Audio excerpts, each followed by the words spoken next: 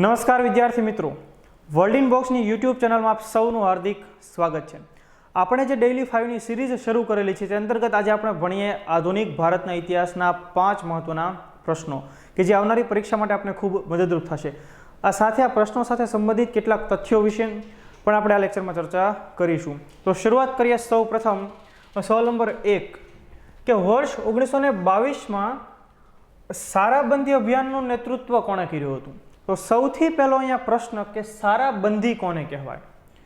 તો સારાબંધીનો અર્થ થાય ના કર, એટલે કે નો ટેક્સ, એટલે કે ટેક્સ ચૂકવવો નહીં।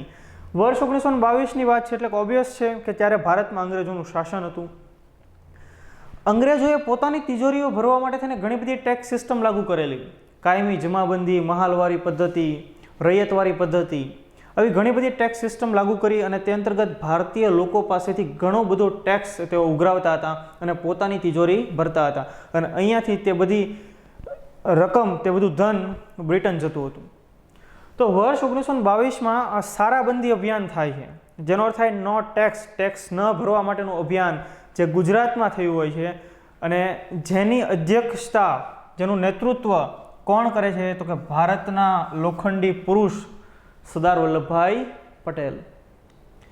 હવે આજ ટેક્સ નથી ભરવાની બાબતોની ચર્ચા થાય છે, થોડો સમય પસાર થાય, વર્ષ 1926ની વાત આવે।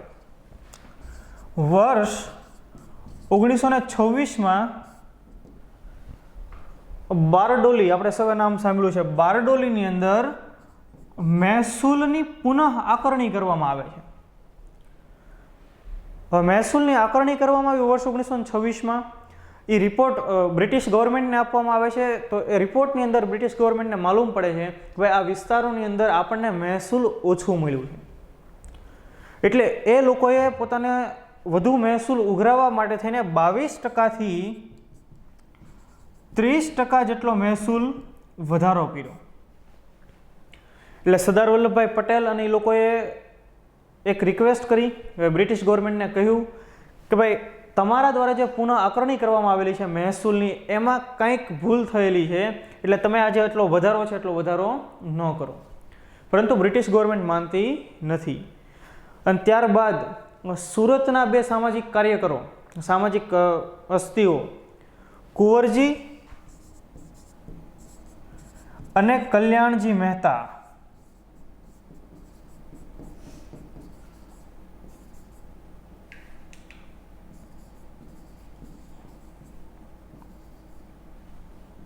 એમણે વિનંતી કરી સરદાર વલ્લભભાઈ પટેલને કે ભાઈ તમે આ કર ન ભરવા માટે થઈને એક આંદોલન આપણે ચલાવીએ અને તમે એનું નેતૃત્વ કરો, અને ત્યાર પછી બારડોલી સત્યાગ્રહ કરવામાં આવે છે।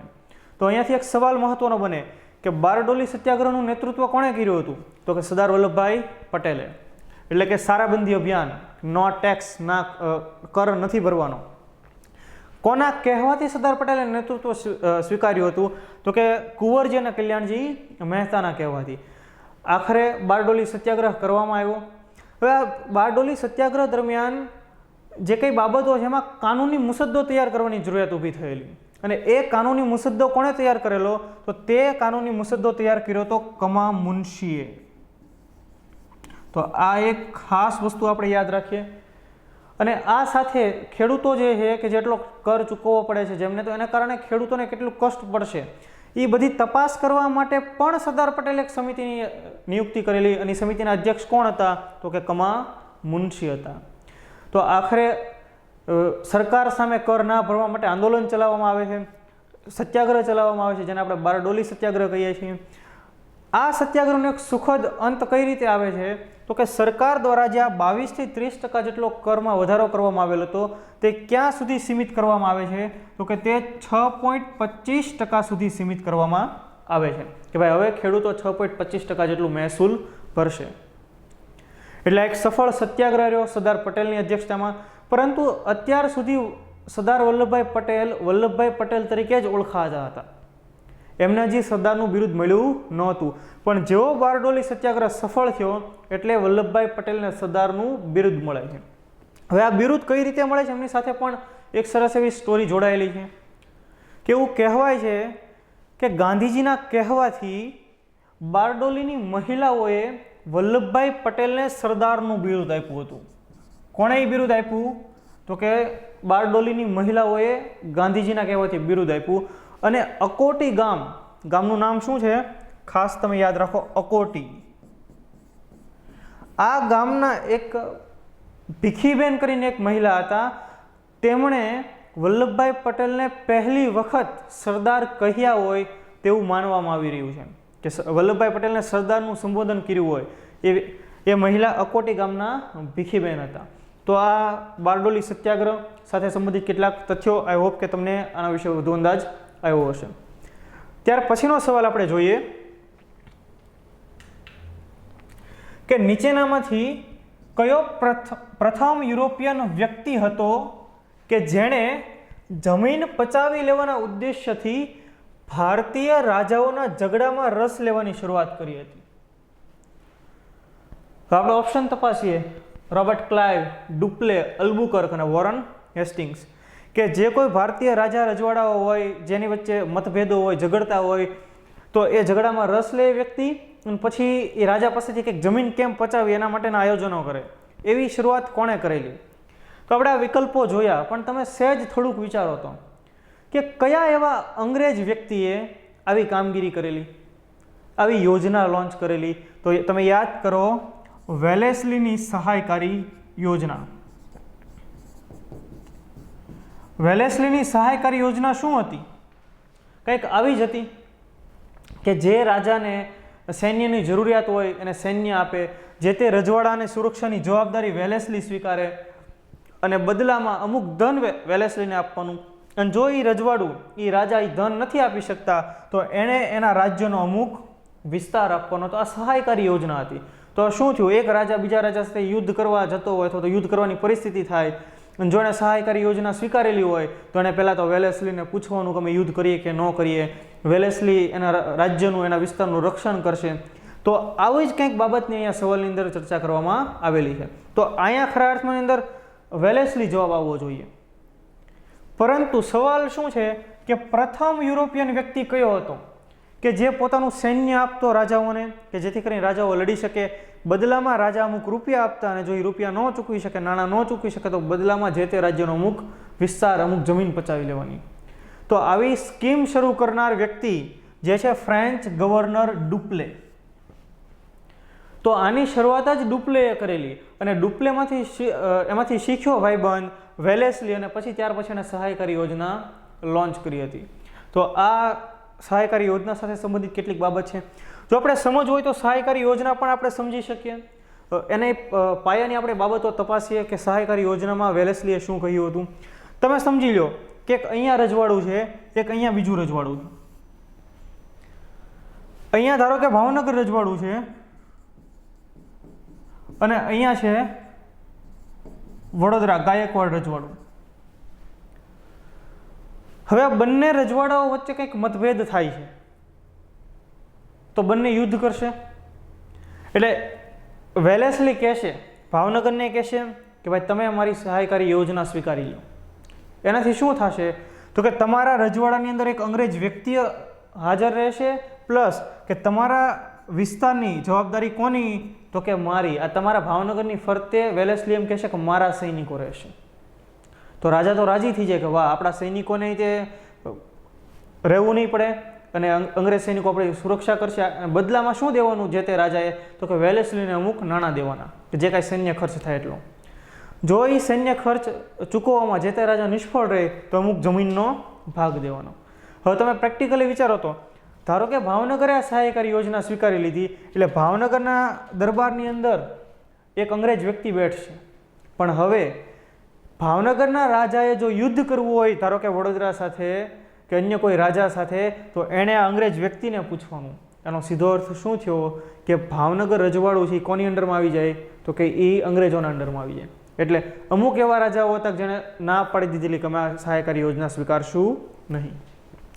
હવે તમે બીજી વાત વિચારો કે ધારો કે વડોદરાએ સહાયકારી યોજના સ્વીકારી લે તો અહીંયા તે એક અંગ્રેજ વ્યક્તિ અને એની ફરતે એટલે વડોદરાની રક્ષા કરવાની જવાબદારી કોની? તો કે વેલેસ્લીની.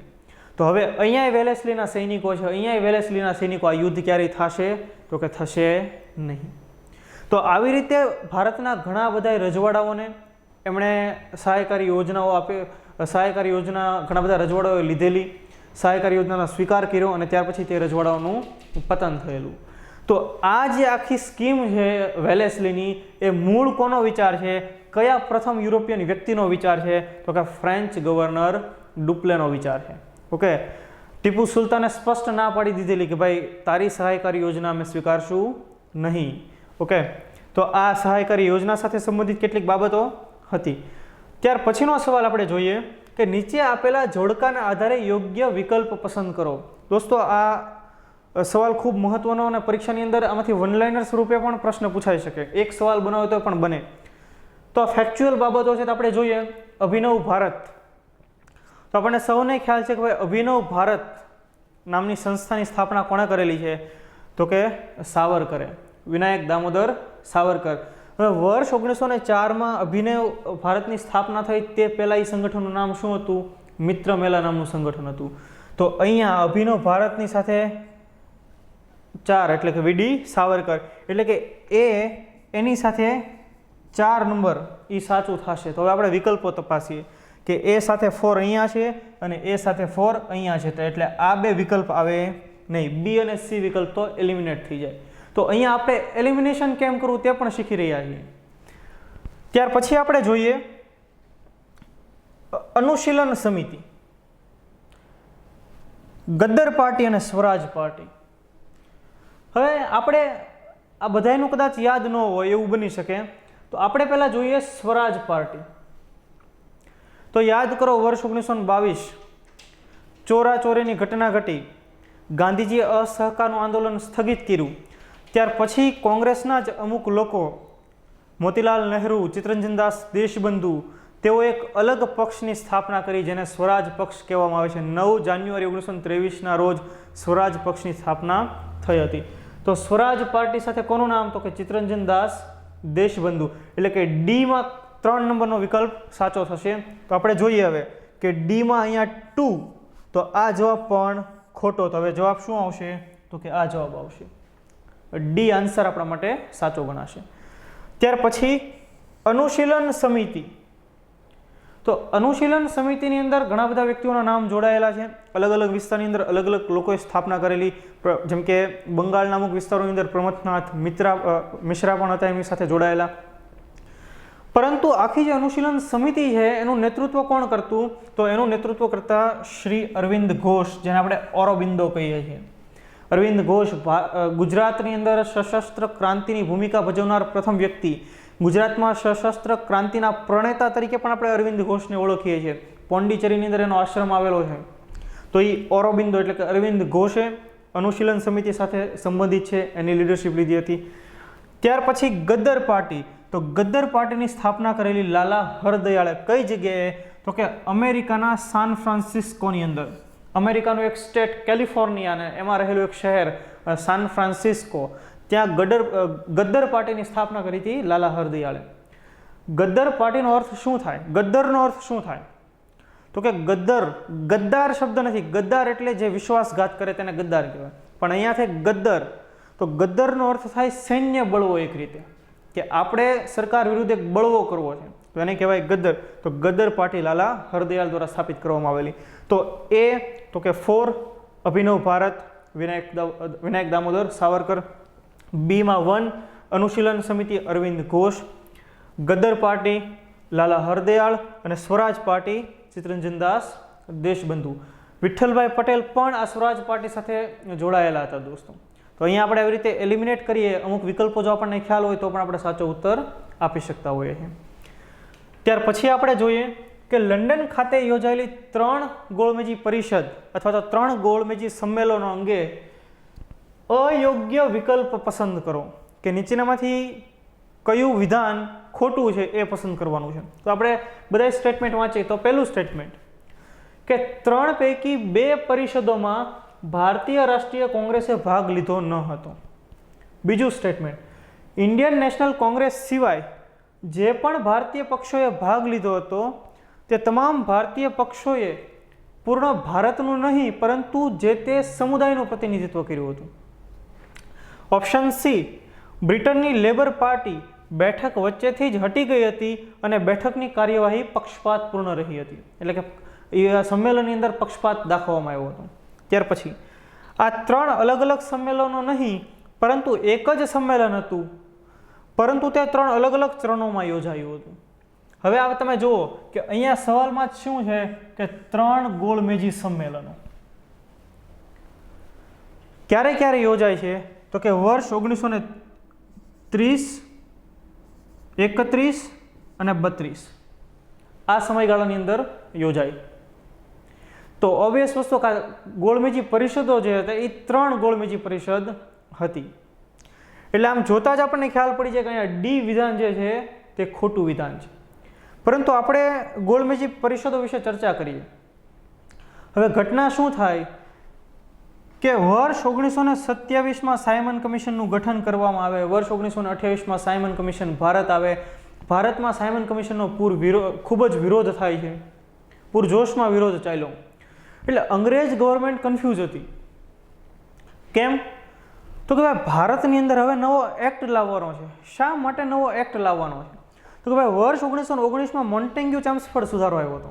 મોન્ટેગ્યુ ચેમ્સફોર્ડ સુધારામાં કહેવામાં આવેલું કે 10 વર્ષ પછી ભારતની અંદર સુધારાઓ કરવામાં આવશે અને એ માટે એક એક્ટ પસાર કરવામાં આવશે, એ માટે એક કમિટી બનાવવામાં આવશે, એક કમિશન બનાવવામાં આવશે. તો એ 10 વર્ષ પછીની વાત હતી. સાયમન કમિશન વહેલા આવ્યું એટલા માટે એનો વિરોધ કર્યો. સાયમન કમિશનમાં એકેય ભારતીય સભ્યો નહોતા એટલા માટે એનો વિરોધ કર્યો. તો હવે મોન્ટેગ્યુ ચેમ્સફોર્ડ સુધારાને 10 વર્ષ થવાનો સમયગાળો તો ભારતની અંદર થોડાક સુધારાઓ લાવવા હતા અને અહીંયા ભારતીય લોકો દ્વારા ખૂબ વિરોધ કરવામાં આવી રહ્યો હતો અને એટલા માટે થઈને આ વિરોધ શાંત થાય તથા ભારતમાં આગળની કાર્યવાહી કરી શકાય, આગળની કામગીરી કરી શકાય, એના માટે થઈને ગોળમેજી પરિષદનું આયોજન કરવામાં આવ્યું. તો પહેલી ગોળમેજી પરિષદનું આયોજન કરવામાં આવ્યું વર્ષ 1930માં. હવે આ ગોળમેજી પરિષદમાં બાબા સાહેબ આંબેડકર ગયેલા, સર તેજ બહાદુર સપ્રુ ગયેલા, એ સિવાય પણ બીજા ઘણા બધા સભ્યોએ ભાગ લીધેલો. પરંતુ ભારતીય રાષ્ટ્રીય કોંગ્રેસ, ઇન્ડિયન નેશનલ કોંગ્રેસના એક પણ સભ્યએ ભાગ લીધો ન હતો. હવે ભારતમાં એ સમયે ભારતીય રાષ્ટ્રીય કોંગ્રેસનું વર્ચસ્વ ખૂબ વધારે હતું. હવે જે પક્ષનું દેશભરની અંદર આટલું મોટું વર્ચસ્વ હોય અને તે પક્ષ આવી બેઠકમાં ભાગ ન લે કે જે બેઠકમાં ભારત અંગે નિર્ણયો લેવાના હતા, તો એ બેઠક ક્યારેય સફળ રહી નહીં. એટલે પ્રથમ ગોળમેજી પરિષદ પણ કેવી રહી? નિષ્ફળ રહી હતી. ત્યાર પછી બીજી ગોળમેજી પરિષદ. પ્રથમ ગોળમેજી પરિષદમાં ભારતીય રાષ્ટ્રીય કોંગ્રેસના કોઈ સભ્યએ ભાગ ન લીધો અને એટલે હવે અંગ્રેજોને પહેલો ટાસ્ક શું મળ્યો કે ભાઈ ભારતીય રાષ્ટ્રીય કોંગ્રેસ વતી કોક હાજર રહે એવી કંઈક ચર્ચા થવી જોઈએ. એના માટે ભારતીય રાષ્ટ્રીય કોંગ્રેસને મનાવવી પડે. તો એ સમયે કોંગ્રેસની અંદર ગાંધીજીનું પણ મોટું નામ હતું, કોંગ્રેસમાં એનું મનાતું પણ ખરું. એટલે ભારતના તત્કાલીન વાઇસરોય ઇરવિન અને ગાંધીજી વચ્ચે એક કરાર થાય છે, જેને આપણે ગાંધી ઇરવિન કરાર કહીએ છીએ. તો ગાંધી ઇરવિન કરાર બાદ એવું નક્કી કરવામાં આવ્યું, ઇરવિને ગાંધીજીને કીધું કે ભાઈ હવે જે ગોળમેજી સંમેલન યોજાય તમે એની અંદર ભાગ લેશો. બીજી પણ ઘણી બાબતો ગાંધી ઇરવિન કરારની અંદર હતી. આપણે ક્યારેક ગાંધી ઇરવિન કરાર ભણશું ત્યારે વિશે ચર્ચા કરીશું. એટલે ગાંધીજીએ કીધું કે ભાઈ તમારી વાત સાચી છે, પણ ભારતીય રાષ્ટ્રીય કોંગ્રેસનું એક અધિવેશન યોજાય, હું એમાં પ્રસ્તાવ રાખીશ કે ગોળમેજી પરિષદમાં ભાગ લેવા માટે ઇન્ડિયન નેશનલ કોંગ્રેસને આમંત્રણ મળ્યું છે.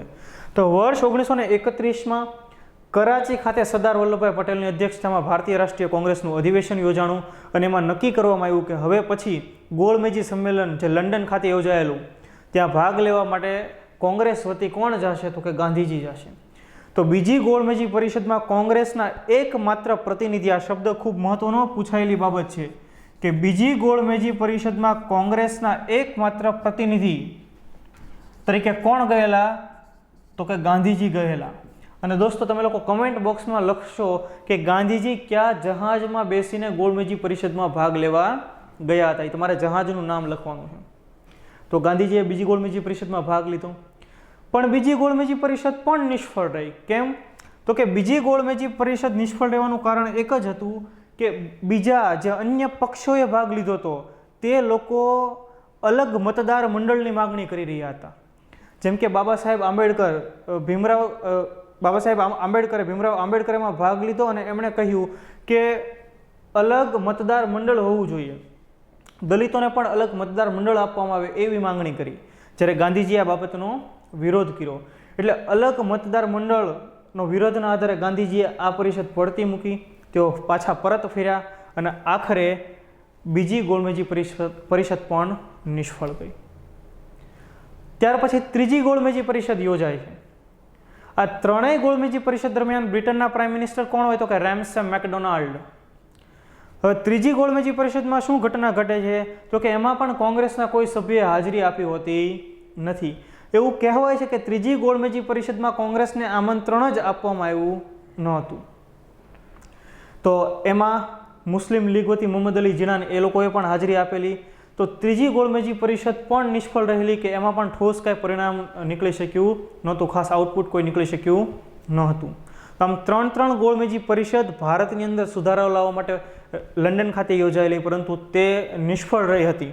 અને ત્યાર પછી ભારત સરકાર અધિનિયમ 1935 લાવવામાં આવે છે. હવે તમે આ બધા વિધાનો જુઓ કે 3 પૈકી 2 પરિષદોમાં ભારતીય રાષ્ટ્રીય કોંગ્રેસે ભાગ નહોતો લીધો. તો ઓબ્વિયસ પહેલી અને ત્રીજી પરિષદમાં ભારતીય રાષ્ટ્રીય કોંગ્રેસે ભાગ નહોતો લીધો. બીજી ગોળમેજી પરિષદમાં ભારતીય રાષ્ટ્રીય કોંગ્રેસ વતી કોણ ગયેલું?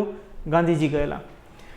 આઈએનસી સિવાય જે પણ પક્ષોએ ભાગ લીધો હતો તે તમામ લોકો પૂર્ણ ભારતનું નહીં પરંતુ જે તે સમુદાયનું અથવા તો જે તે પક્ષનું નેતૃત્વ કરતા હતા. તો તે વિધાન પણ સત્ય છે કે દરેક લોકો પોતપોતાના પક્ષ માટે અથવા તો પોતાની કમ્યુનિટી માટે થઈને તેઓએ ભાગ લીધો હતો.